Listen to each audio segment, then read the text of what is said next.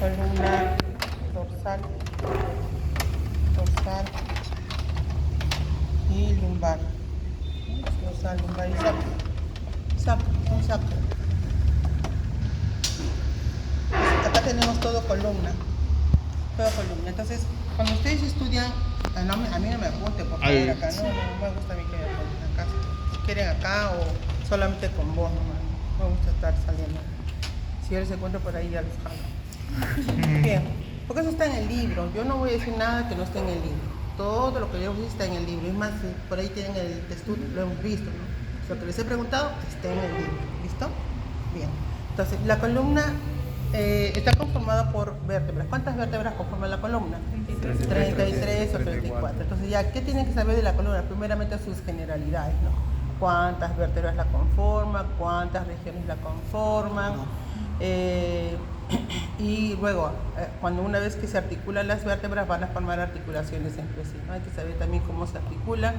Las articulaciones pueden ser o bien óseas o pueden ser también articulaciones ligamentosas. Y ahí vamos a ver algunos ligamentos que se forman que son especiales y hay que saber qué ligamentos son. ¿Listo? Entonces, primera vértebra, la segunda vértebra, una cervical tipo y la séptima cervical, dorsal. Entonces, ahora, ustedes ya han visto, está por demás decirles las características del atlas, que imagino ya las han revisado. Características del axis, de las cervicales, de las torácicas y de las lumbares. Acá, ¿cuál va a ser la dificultad en el examen?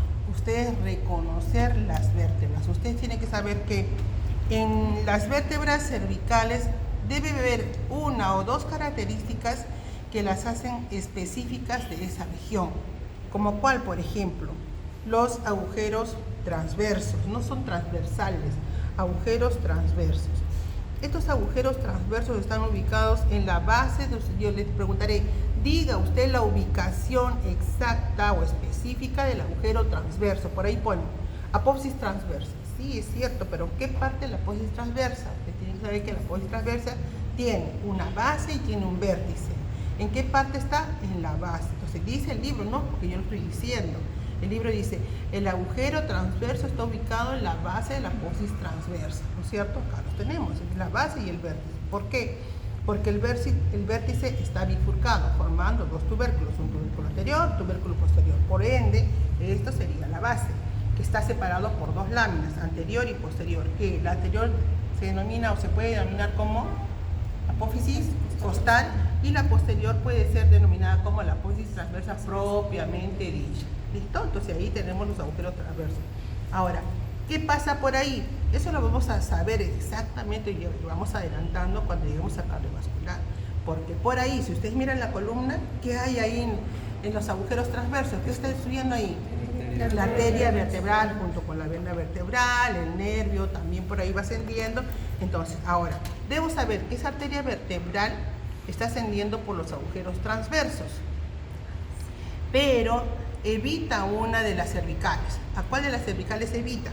A la séptima cervical. ¿Por qué le evita? Porque miren en este caso, ¿cómo ven este agujero transverso? Está pequeñito, está talicado y no va a permitir el ingreso de la vertebral, por ende la omite y ingresa así a lo seguro por la sexta cervical y asciende por todo el cuello.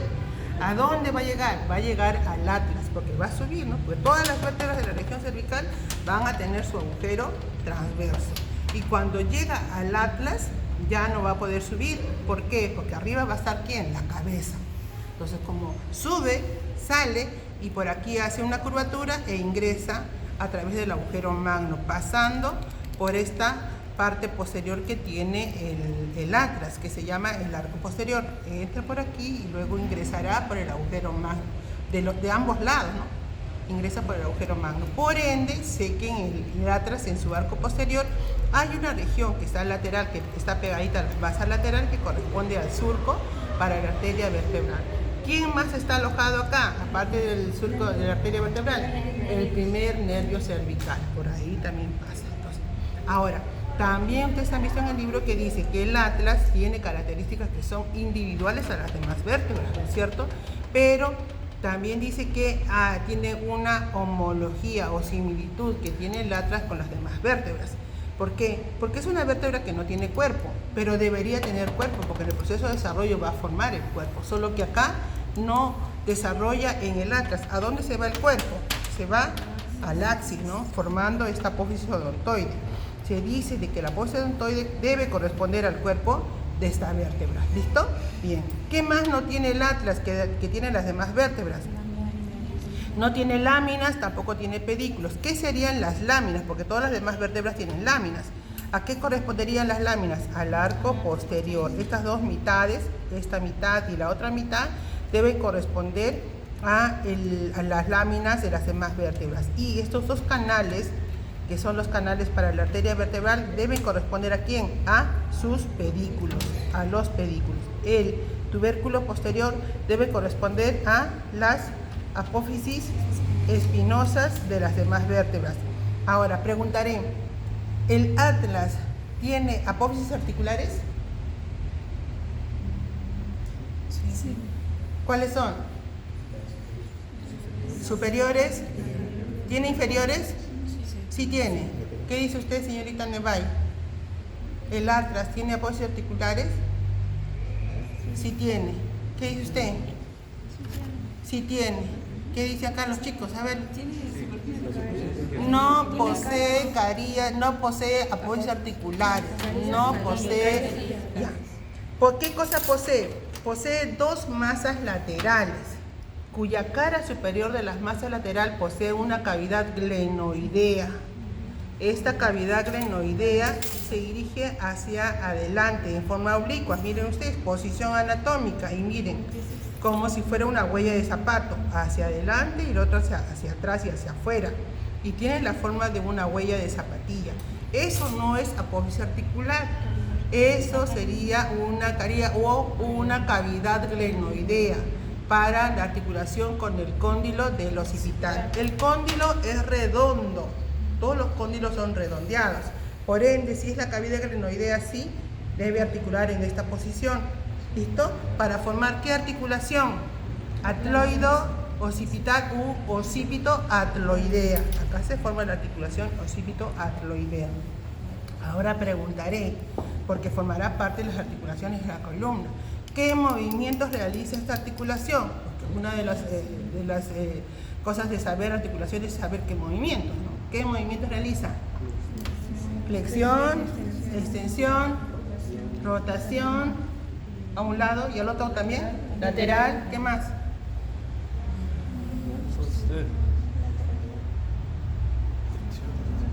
Inclinación, mentira, no rota. ¿Por qué no rota? Porque esa articulación recibe al atlas y se pega, ahí sostiene la cabeza, es punto de apoyo. Si ustedes miran ahí en la articulación que está formando con el occipital, la única que va a sostener a la cabeza respecto a la columna es el atlas y se pega, se fusiona con ligamentos, con membranas y se une fuertemente, sostiene. ¿Quién va a rotar? El axis. El axis rota porque es una articulación trocoide, esto va a rotar. O sea que si yo estoy rotando mi cabeza, ¿quién se está moviendo? La articulación atloido-odontoidea. Esta es la que rota, entonces esta es la articulación que va a rotar. Por ende, esta articulación, si está el cóndilo con la cavidad glenoidea, puede irse hacia adelante, puede irse hacia atrás, permitiendo la flexión, permitiendo la extensión adelante y atrás, o puede inclinarse para un lado y para el otro, inclinación lateral. Entonces, esa articulación puede ir adelante, puede ir atrás con toda la cabeza, puede inclinarse lateralmente al otro lado, pero no rota. ¿Listo? La única articulación que va a rotar es la del diente del axis. Esto es la que permite rotar la columna respecto a la cabeza. ¿Se entendió? Bien. Ahora, si tienen una hojita para dibujarles, por favor, y un lapicero. Y un lapicero. Préstame, ¿cuál es el lapicero?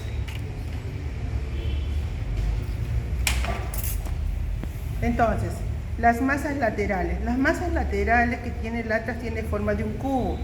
¿Y un cubo cuántas caras tiene? 4, No, 6. Miren. Cara superior, ¿sí? Anterior, lateral, acá estará su cara medial o interna, la cara posterior, y abajo de la superior está la inferior. ¿Estamos? Y acá sería la otra. ¿Listo? Su cara interna. Estaría igualito, ¿sí? Bien.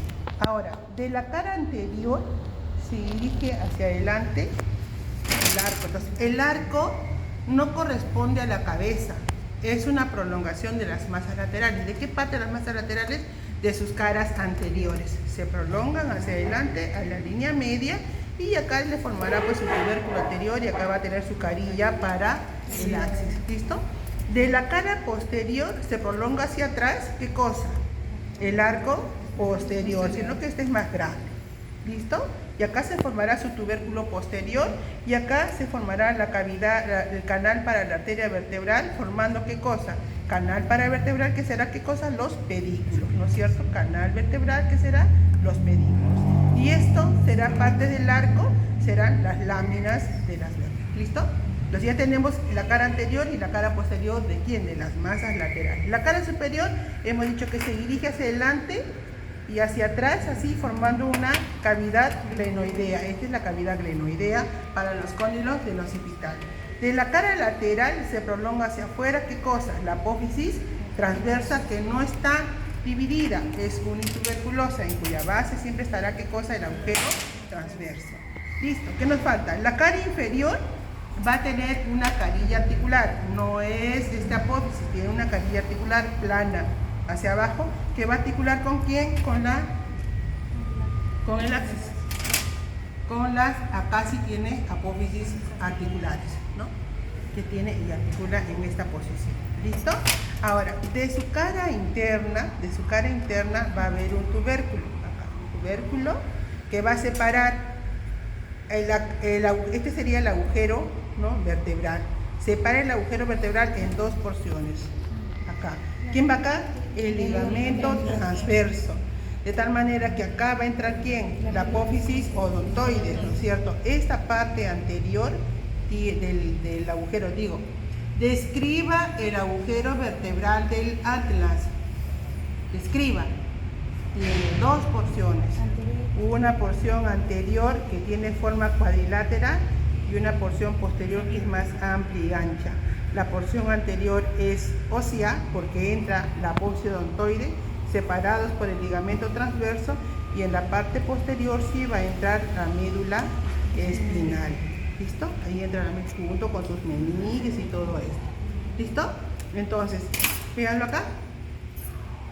Anterior, cuadrilátero, posterior amplio, y acá entraría el ligamento transverso. ¿Listo? Bien. Ahora, este ligamento transverso que está en esta posición, si vemos un atlas, préstame ese atlas. Este ligamento transverso que entra uniendo las apófisis.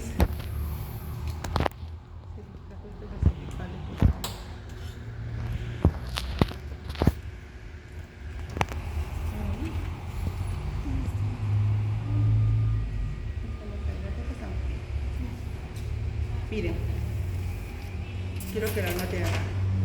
Esta sería la apófisis odontoide con su ligamento transverso. Lo ven ahí, masas laterales, las cavidades glenoideas y atrás las apófisis, el ligamento transverso. Esta es una vista. Acá hemos retirado toda la parte posterior del axis. Estamos viendo el atlas, el axis, hemos retirado la parte posterior, sus apófisis espinosas posteriores, hemos retirado para observar acá el diente, que tiene su ligamento transverso. ¿Lo ven acá? Sí. Del ligamento transverso se forma, se elonga un grupo de fascículos hacia arriba que se llama el fascículo ascendente o fascículo superior. Del ligamento transverso en su porción inferior se prolonga otro fascículo hacia abajo para insertarse en la parte interna del cuerpo ¿de quién? Del axis. Estos fascículos ascendente y descendente constituyen el ligamento cruciforme. Este fascículo recibe el nombre del fascículo occipito transverso. Este fascículo recibe el nombre del fascículo transverso axoideo. occipito transverso, transverso axoideo, o pueden decirle fascículo ascendente o superior del ligamento transverso y el descendente. ¿Constituyen qué cosa? El ligamento cruciforme, el llamado ligamento cruciforme. Entonces, una de las formas también de articularse las vértebras no solamente es la unión ósea, sino también ligamentosa. Y a nivel de esta región de la columna hay varios ligamentos, como el ligamento longitudinal, este sería el posterior, el ligamento longitudinal anterior, el posterior. Hay ligamentos que van a formarse en las uniones de sus apófisis espinosas que se llaman ligamentos supraespinosos y los interespinosos, ligamentos intertransversos. Noten ustedes que el ligamento supraespinoso, ¿calle supraespinoso? Sí, ¿no? Ligamento supraespinoso va desde C6 o C7 hacia abajo y hacia arriba se prolonga con una membrana bien amplia formando el ligamento nucal. Ahí debe decir ligamento nucal, ¿no? Ligamento nucal. Entonces es el que sostiene la cabeza. Ahora, hay ligamentos llamados ligamentos amarillos. ¿Dónde están ubicados los ligamentos amarillos? Entre las láminas. ¿Ah? No digo que dice. Sí, los ligamentos amarillos son ligamentos que unen las láminas entre las vértebras. Cuando nosotros articulamos una vértebra con otra, vamos a ver que se van a unir sus láminas. Y estas láminas van a estar unidas mediante el ligamento. Hay ligamentos que van a ir de una lámina a otra, son los ligamentos amarillos. Entonces van a haber ligamentos intertransversos, ligamentos supraespinosos, ligamentos interespinosos, articulaciones que se forman aquí adelante se llaman las articulaciones uncovertebrales. Las articulaciones entre sus apófisis articulares se llaman cigapofisarias. ¿Qué más? ¿Qué más me olvido? A ver, háganme recuerdo pues. ¿Listo? Entonces ya hemos conocido los ligamentos. Ahora, otra cosita que también deben saber es de que una vez que ustedes ya conocen esta, ¿qué vértebra sería? Sería una vértebra lumbar porque las características que tiene la vértebra, la apófisis espinosa es cuadrilátera y es más o menos cuadrangular. Esta también corresponde a una vértebra lumbar por las características que estamos viendo aquí, ¿no? Y el cuerpo es voluminoso. Pero si yo les entrego esta vértebra, por ejemplo, esta vértebra, ¿qué vértebra sería? Una vértebra, una cervical. No, torácica. Torácica. Por la forma que tiene la apófisis espinosa, debe corresponder a una vértebra lumbar, ¿no es cierto? Pero miren la forma que es voluminosa, porque yo tengo siempre en mente que las vértebras lumbares tienen esta característica, ¿no? De tener la apófisis larga e inclinada hacia abajo. Pero cuando me encuentro con vértebras de este tipo o vértebras de este tipo, por ejemplo, esta de acá no, este es lumbar. De este tipo, por ejemplo, miren acá, una vértebra que tiene una apófisis espinosa recta y me encuentro con vértebras de este tipo, entonces me lleva a confusión. En la columna vamos a encontrar vértebras que son denominadas de transición. Esas son las vértebras que están en el límite de las regiones. ¿Por qué? Porque van a tener características de una región, pero también van a tener características o similitudes de la otra región. Entonces, en este caso, que es una vértebra voluminosa y grande, puedo decir es una vértebra lumbar, ¿no? Pero cuando yo observo la carilla articular en el cuerpo de la vértebra, carilla articular en el cuerpo de la vértebra, esta corresponde a una vértebra torácica o dorsal, torácica o dorsal. Ahora, entonces acá tengo, entonces yo miro esta, miro, lumbar, así hago ojos cerrados, ¿no? Pero voy a mirar mejor acá. Ah, no tiene, lumbar. Entonces le doy esta. ¿Qué vértebra es? Esta parece torácica, ¿no? Pero, tiene carilla, es torácica. Le doy esta, parece lumbar, pero tiene carilla arriba, es torácica, ¿no? Entonces ahora les doy esta. ¿Qué vértebra es esta? Me parece, ¿no? Tiene un parecido. C7. Parece, no, pero recuerden, las vértebras cervicales todas poseen agujeros transversos y esta no lo posee. A pesar que tiene sus apófisis semilunares, tiene apófisis semilunar que corresponde al grupo de las cervicales. Entonces esta debe ser T1 de transición. Tiene apófisis lunares, pero no posee agujeros transversos. Entonces, eso es lo que ustedes tienen que mirar, que dentro de una determinada región hay características que son específicas para la región. Y cuando ustedes tengan una vértebra o lleven al examen una vértebra, tienen que observarla bien y observar esas características que las hacen específicas. ¿Bien? Bien, ahora el sacro. Generalmente les he preguntado el conducto sacro. Entonces, el conducto sacro es el interior. Recuerden que el sacro son vértebras que son soldadas entre sí. Son vértebras sacras, pero que constituyen una sola estructura ósea. Por lo tanto, vamos a encontrar que el sacro tiene una base, tiene un vértice, tiene una cara anterior, tiene una cara posterior. Ya al interior, el agujero vertebral ya no se va a llamar pues agujero vertebral, ahora va a formar ¿qué cosa? El conducto sacro. Y este conducto sacro tiene una abertura superior que tiene la forma, ¿qué forma? Triangular, y tiene un vértice que corresponde al hiato, le dice, el hiato del sacro, que es el orificio de salida. Inclusive dice, tiene dos astas, ¿no? Tiene forma de una V y tiene dos astas que se llaman las astas del sacro. Hacia arriba está formando la entrada que corresponde en la parte de la pared anterior, corresponderá ¿qué cosa? A las caras posteriores de los cuerpos de las vértebras sacras, y hacia atrás está formado ¿por qué? Por lo que debe corresponder a las láminas de estas vértebras, debe corresponder.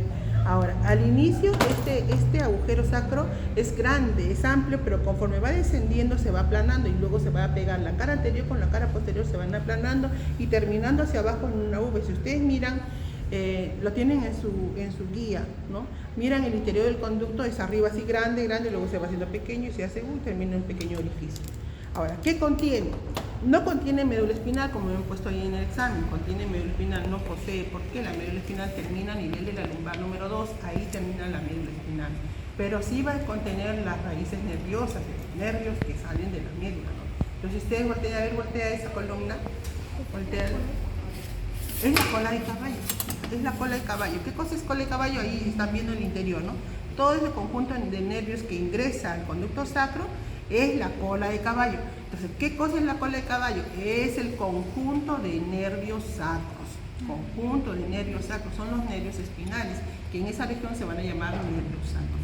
Entonces van a ir todos al interior, ¿no? Formando raíces anteriores que saldrán hacia adelante y raíces posteriores que saldrán por los agujeros sacros posteriores. Entonces, desde el conducto sacro van a haber canales que se dirigen hacia adelante y hacia atrás, hacia sus agujeros sacros anteriores y posteriores. ¿Cuántos habrán? 1, 2, 3, 4. ¿Listo? Bien. ¿Qué voy a encontrar en la cara posterior? ¿Cómo se llama esto?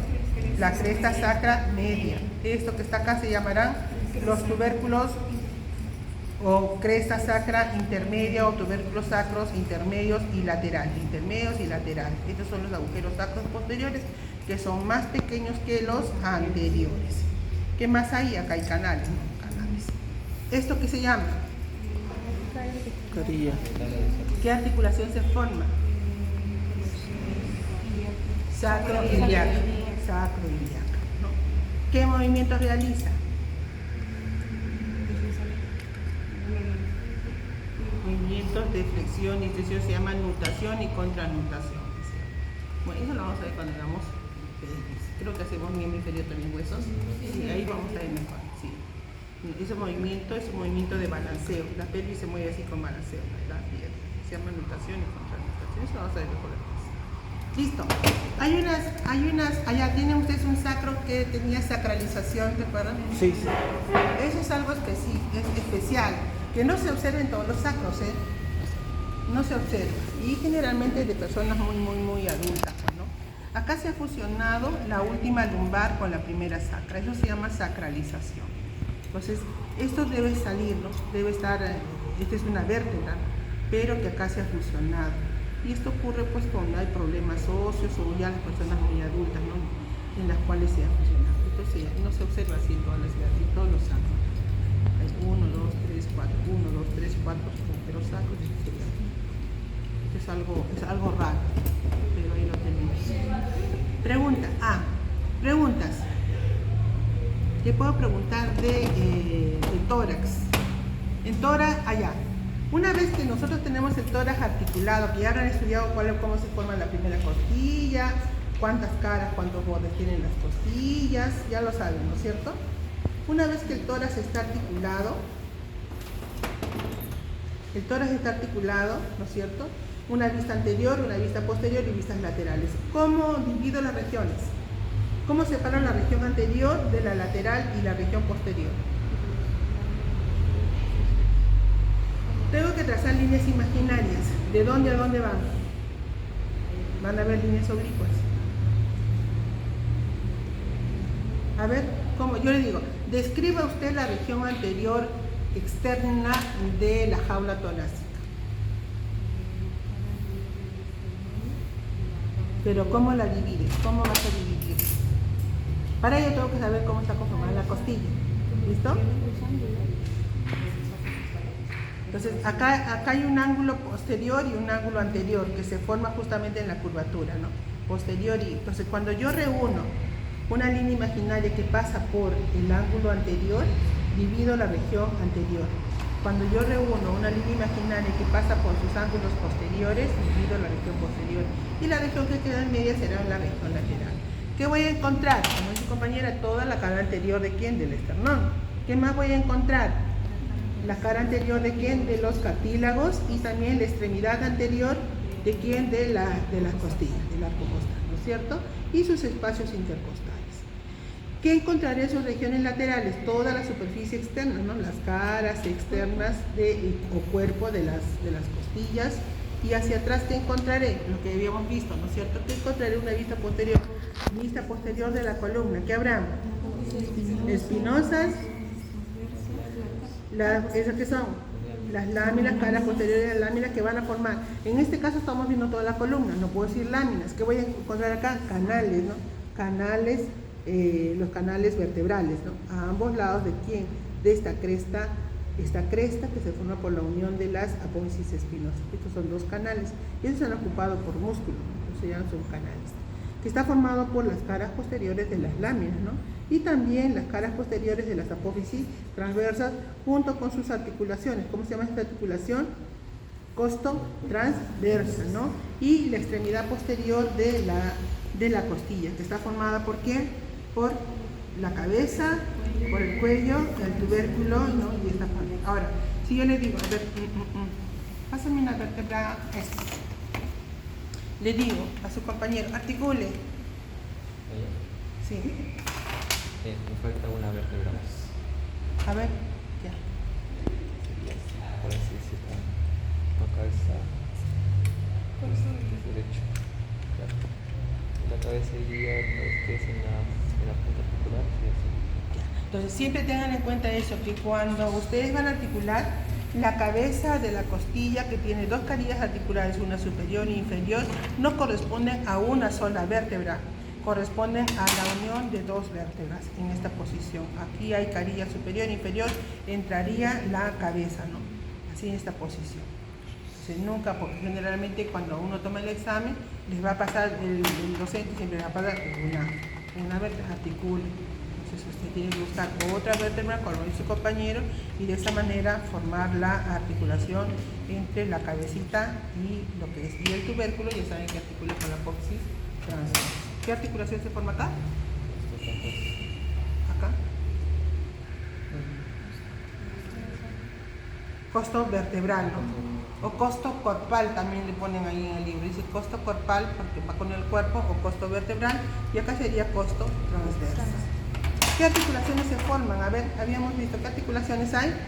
Hay articulaciones que se forman entre el esternón con los cartílagos, que se llaman articulaciones condroesternales. Aquí, condrocostales. ¿Qué articulaciones se forman acá? El manubrio esternal y sifoesternal. Acá arriba va la articulación externo-clavicular. Hacia atrás se forman las articulaciones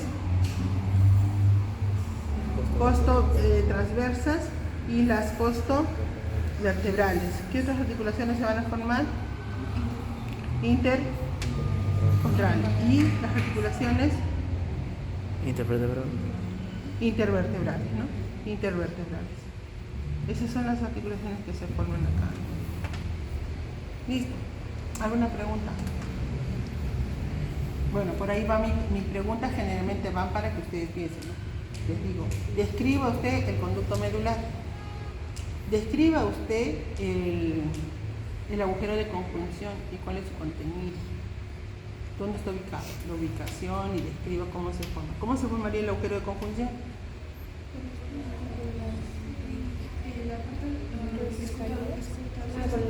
Escotadura superior e inferior ¿de quién? De ambos pedículos. ¿Qué contiene?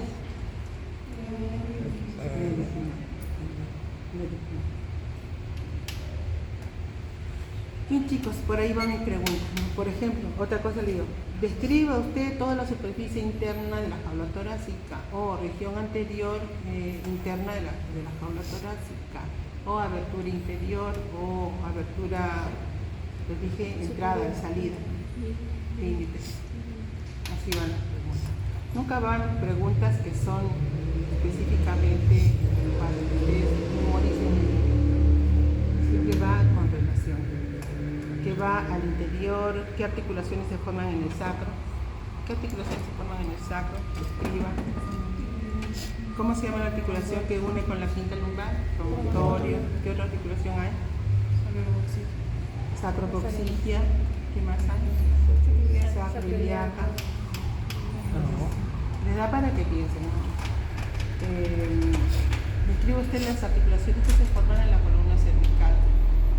Articulaciones que hay entre el atlas y el occipital, articulaciones que hay entre el atlas y el axis, recuerden que hay sartoidea y odontoidea, articulaciones que hay entre el axis y las demás vértebras, ahí hay por ligamentos, están las iliocopisarias, están las oncovertebrales, ¿no? Así va, para que ustedes vayan razonando y pensando. Movimientos que realiza la articulación occipito-artroidea, ya saben ahora que no rol. Ya, chicos, hasta acá hemos llegado con la práctica.